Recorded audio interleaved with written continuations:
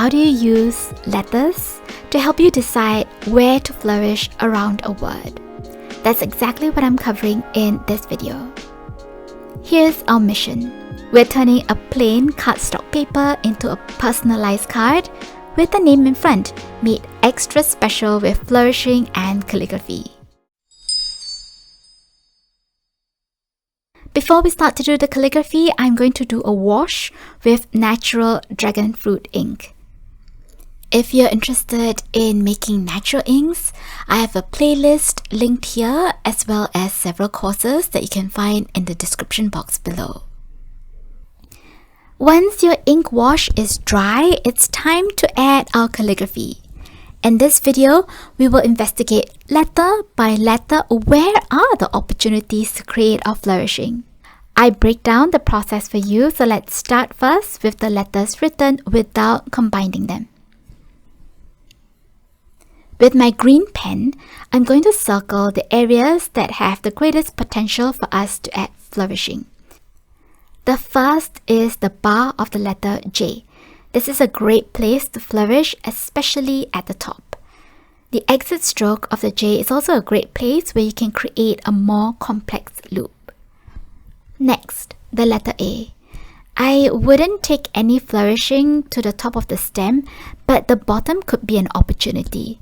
It's not the best, but right now we're just assessing all possibilities.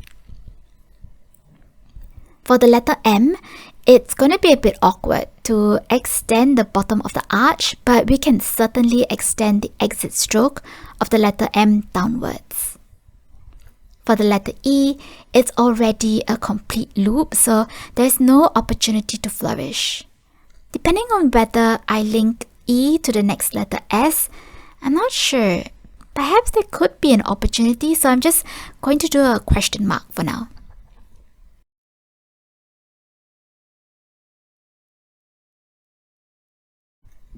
For the letter A, I'll not be extending the stem upwards because then we run the risk of it looking like a D. Let's also not flourish the top of the stem of M because then it might look like an H. If you're finding this video helpful so far, do like, subscribe, and hit the notification bell.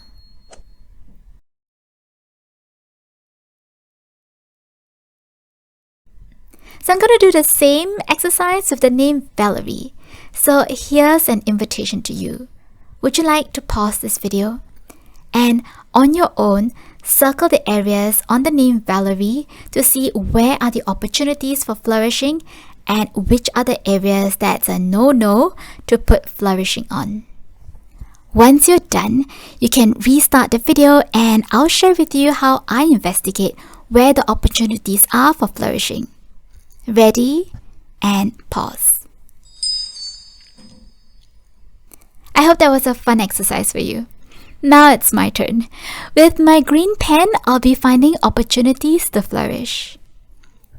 For the letter V, both the start of the entrance stroke and the end of the exit strokes could be an opportunity. Same thing as with the name James earlier, we can also flourish the bottom of a stem. Flourishing loops can also be added to the top and the bottom of the stem of L. We're linking the exit stroke of the letter E to the next letter R, so there's not going to be much opportunity to flourish here. For the R in modern calligraphy, you can always either use the modern R or the small classic R. The reason why I'm choosing the classic R is because it ends in a downstroke, which offers me an opportunity to flourish if I want to. It seems unnatural to extend the stem of the more modern R at the exit stroke. If we're placing a dot on top of the stem, then there's no opportunity to flourish at the top of the letter I. Maybe at the bottom stem unless I link it to the letter E. Because the exit stroke of the letter E hangs out into space, this would be the most natural opportunity to add flourishing loops. So let me show you an example of how I can add flourishing to the two green areas that I circled for the letter J. Here's how We can do it for the descender loop, and this is one way to do it for the part of J.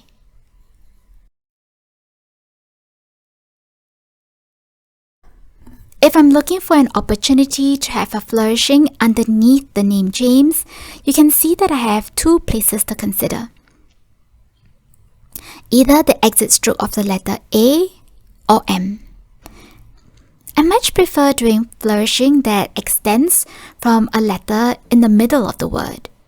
Between A and M, I find that M is a much more natural stroke to extend into flourishing. Now let's look at the name Valerie. The letter E is located in the middle of the word, but it doesn't offer any opportunities to flourish. L or R are good alternatives though. But between L and R, I will choose to flourish on L because the downward stroke is more flexible. It's an aesthetic choice, really. I'm going to draw a box in orange ink for the places that I will tag on a flourishing loop to the bottom of the names, which is the M for James and the L for Valerie. Now I'm going to show you what I mean by doing a flourishing at the bottom of the word using a letter in the middle of the word. I'm lettering the name James and leaving the flourishing for later. For me, it really helps to do a flourishing only at the end of lettering the whole word, because then I'll know how much space I have for the flourishing so that the whole composition is more balanced. So now I know I have this much of space for my loops so that I won't overshoot or undershoot.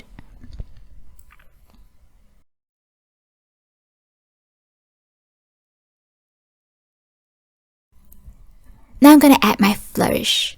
Because I already know how long the word is, the flourishing just fits the size and the length of the word that it's supporting.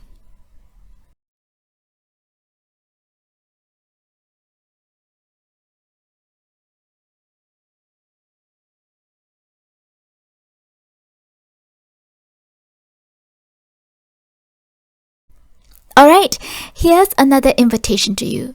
Would you like to pause this video so that you can try the same exercise for the name Valerie?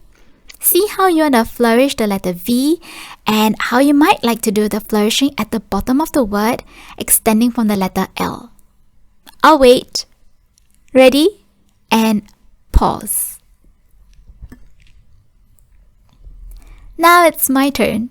Remember that there's no right or wrong because calligraphy and flourishing are just natural expressions of your creativity. Now if I look at the letter V, the exit stroke is quite close to the entrance stroke of L. I'm thinking perhaps I might want to combine them into a ligature. Then I'll be using the exit stroke of the letter E to give some balance to the top of the name. Here we go! I'm forming a loop for the exit stroke of the letter V, but I'm choosing to start first with a lowercase v. Then I join the loop of V to transition into the entrance stroke of the letter L.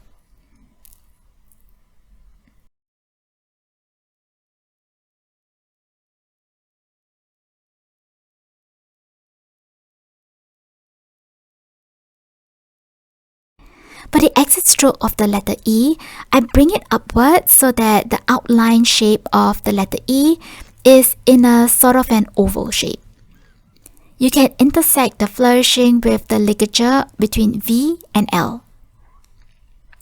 I'm not sure how I feel about the intersection, so I'm going to try again and you let me know which version you prefer. So here's another go at intersecting the flourishing.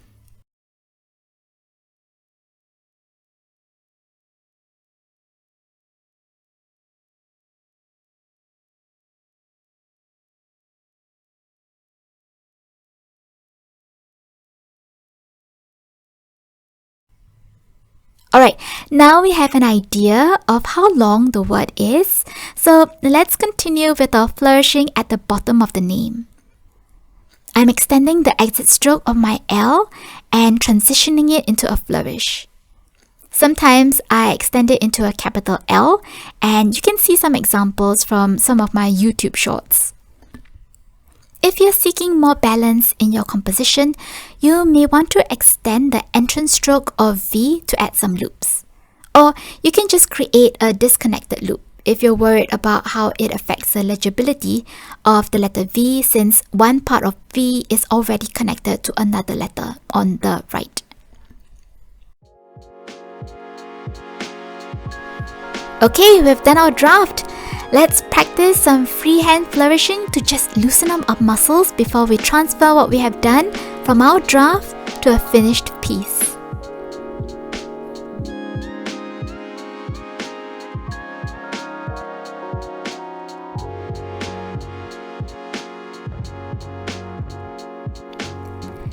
Here I'm lettering the name James, adding flourishing at the places I shared about earlier.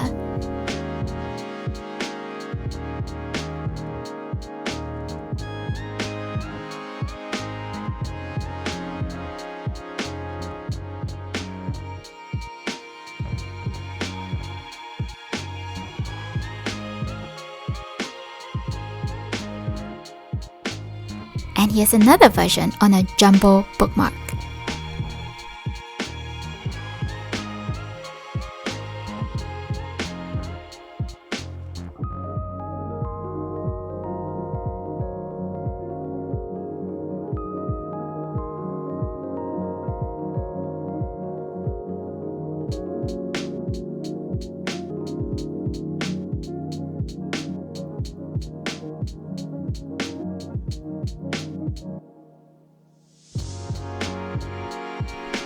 Here's a card for Valerie. I hope this video has been super useful for you as I break down the process of flourishing. If you want to stylize your brush pen calligraphy with flourishing and embellishments, I would love to invite you to my course. It focuses on helping you to create endless calligraphy designs using basic shapes and modern calligraphy. I love breaking down for you what looks complex into simple principles.